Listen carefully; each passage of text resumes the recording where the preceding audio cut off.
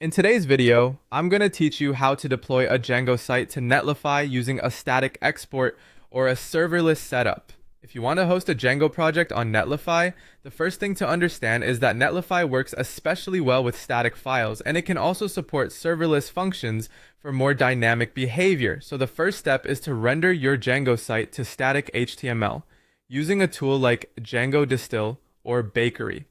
Another option is to use Netlify serverless functions with serverless WSGI if your project needs that kind of structure. The right choice depends on how your Django site works. If your pages are mostly content-driven and don't require a live backend for each request, a static export is usually the simplest and fastest option.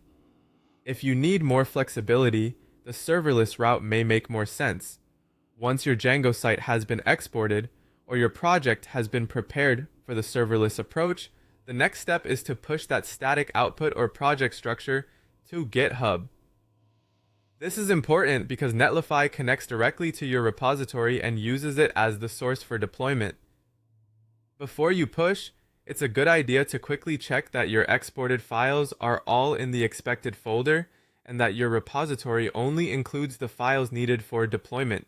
Keeping things organized here will make the setup much smoother.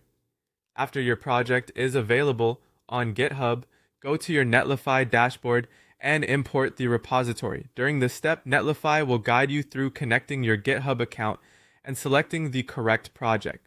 This is where Netlify begins treating your repository as a deployable site, and from this point on, future updates can be published much more easily. Next, set the publish directory to your Django static export folder, such as dist or HTML, depending on how your project is generated. This part matters because Netlify needs to know exactly where the final website files live.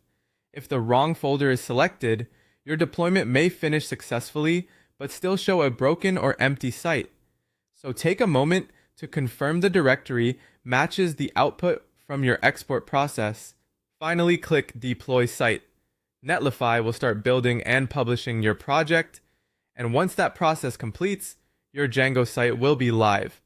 If anything doesn't look right after deployment, double check your export folder and repository contents first, since most issues usually come from one of those areas, and that's it. You now have your Django site deployed through Netlify in a clean and manageable way.